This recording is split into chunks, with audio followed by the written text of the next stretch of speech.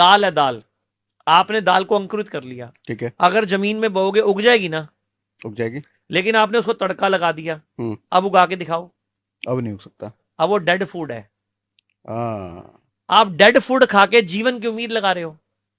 आपने जिस भी चीज को आग लगा दी वो डेड हो गया, उसको उगा के अच्छा, कोई भी चीज को उबाल के पका के मुझे उगा के दिखा दो, नहीं हो सकता। उसमें लाइम एंजाइम खत्म कर दिया आपने। हाँ, अब मुझे बताओ उसमें जीवन बचा कहां, और आप उम्मीद लगाते हो न्यूट्रिशन डेफिशिएंसी होगी, फिर आप मल्टीविटामिन लेते हो, फूड सप्लीमेंट लेते हो। वही कच्ची चीज को अगर हम जमीन में डाल दें तो कुछ ना कुछ तो हो ही जाएगा वो। सर वो उगेगी। आप भिंडी को लो, उसके बीज बो दो, भिंडी उगेगा, पेड़ बन जाएगा। टमाटर के बीज लो, टमाटर उग जाएगा। लेकिन आप टमाटर का तड़का लगा दो और उसके बीज वो नहीं उगेंगे। भिंडी को तड़के लगा दो, उगाओ, नहीं उगेंगे। तो सर जिसको हम कच्चा कहते हैं ना, वो कच्चा नहीं है, वो धरती का पका हुआ है। धरती में कच्चा बोया गया था बीज, धरती ने पकाया, वो भी पका हुआ है। उसको कच्चा कृपया मत कहो, उसको पका हुआ कहो। उल्टा हम लोग जो खा रहे हैं वो डेड फूड खा रहे हैं, वो जीवन नहीं देगा। एक बात बताओ, हमारे दादा परदादा 100 साल 120 साल जिया करते थे, तो ऐसा क्या हो गया हम 60 साल में, 66 साल में, 65 साल में मर रहे हैं?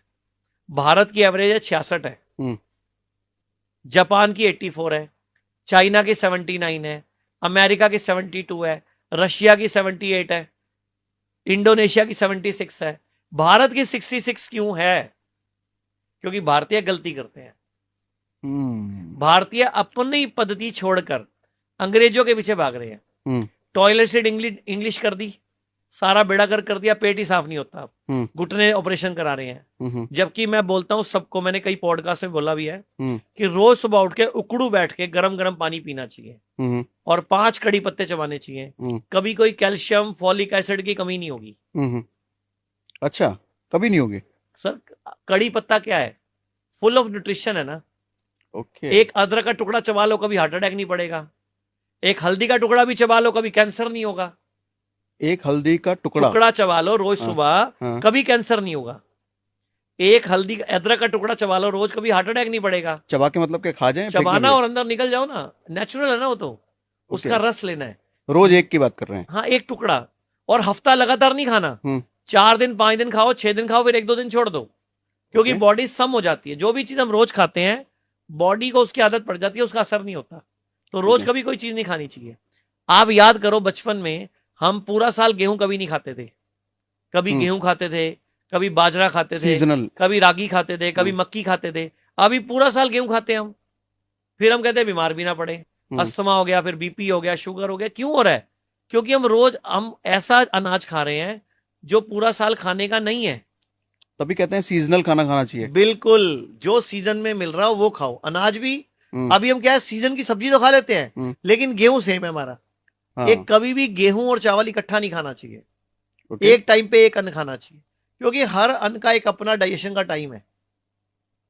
तो 2 अन्न एक साथ नहीं खाने चाहिए। हम क्या करते हैं, घर में गेस्ट आया, चावल भी बना देंगे, गेहूं भी बना देंगे, रोटी भी बना देंगे। नहीं खाना, एक टाइम पे एक अनाज। ओके। अच्छा, एक अभी 2 पॉडकास्ट मैंने देखे। एक तो आपका पॉडकास्ट देखा था, किसी और का देखा था। उस पॉडकास्ट में किसी ने पूछा एलोपैथिक डॉक्टर से, क्या घास पे चलना मिथ है, कुछ होता है इससे? तो डॉक्टर ने साफ साफ बोला था ये मिथ है, कुछ नहीं होता है इससे। आपका पॉडकास्ट मैंने देखा था, आपने बताया था किसी के साथ तो आपने एक्सपेरिमेंट किया था, पैर के नीचे कुछ करेले वगैरह लगा करके, करेला और नीम, और उसका टेस्ट जीभ पर आ गया था। हाँ, क्योंकि हमारे पैर में रिसेप्टर्स होते हैं। तो क्या उनकी बात को यहाँ पे कट करना, ऐसा घास पे चलने से कुछ नहीं होता? सर, घास पे चलने से दुनिया का हर जानवर कभी हॉस्पिटल नहीं जाता। वो घास पे चलने की वजह से ही हो रहा है, मिट्टी पे चलने की वजह से ही हो रहा है। दुनिया का कोई जानवर का नाम बताओ जो जूते चप्पल पहनता हो? कोई नहीं। और कोई जानवर का नाम बताओ जिसका बच्चा ऑपरेशन से होता हो? कोई नहीं। हॉस्पिटल जाता हो? फिर सब नंगे पांव चलने से ही हो रहा है सर। क्या लॉजिक है इसका? इलेक्ट्रॉन्स मिलते हैं। आपको न्यूट्रिशन मिल जाएगा खाने से, इलेक्ट्रॉन्स नहीं मिलेंगे। इलेक्ट्रॉन्स लेने का एक ही सोर्स है, धरती। ओके। तो जब आप नंगे पांव घास पे घूमोगे, इलेक्ट्रॉन्स मिलेंगे। बॉडी में जो फ्री रेडिकल्स हैं उनको बाइंड कौन करेगा? इलेक्ट्रॉन्स करेंगे। मेरी बॉडी में एनर्जी कैसे आएगी? इलेक्ट्रॉन से आएगी। मैं आपको मेरा एक किस्सा बता देता हूं। मैं 7वीं क्लास में पढ़ता था, 7th क्लास में। तो मेरी आईसाइट वीक हो गई। मेरे को मम्मी ले गई डॉक्टर के पास। डॉक्टर का नाम भी याद है मुझे, सहारनपुर में, जनकपुर में, पुरी में रहते थे। एसके त्यागी नाम था, मुझे नाम भी याद है। जनकपुरी में, हम किशनपुरा में रहते थे, सहारनपुर का हूं मैं। तो वहां गई मम्मी, 30 रुपए फीस लगती थी उस टाइम पे। उन्होंने मेरी आईसाइट चेक करी और मेरा चश्मा लगा दिया। मैं घर पे आके चश्मा लगा के घूम रहा था। मेरे चाचा जी साइंटिस्ट हैं, उन्होंने बोला इधर आ, क्या कर रहा है? बोले चश्मा उतार, मेरे साथ डॉक्टर है तो कल दोबारा चलियो। वहां से कर मेरे दिमाग भी डेवलप हुआ, बताता हूँ कैसे। डॉक्टर साहब के पास दोबारा गए, फीस दोबारा नहीं लगी क्योंकि 1 हफ्ते की फीस होती थी। तो डॉक्टर साहब ने बोला, मेरे चाचा ने बोला डॉक्टर साहब चश्मा नहीं लगवाना, अब कोई तरीका बताओ। ओके। डॉक्टर ने बोला 5 बादाम, ये एलोपैथी डॉक्टर है, एलोपैथी जो आंखों का डॉक्टर होता है, 5 बादाम और 5 भूरी मिर्चें, जिसको सफेद मिर्चें भी बोलते हैं, इनको भिगो के रख दो रात को और सुबह उठ के चबा चबा के खा लो और नंगे पांव घास पे घूम लो, चश्मा नहीं लगेगा।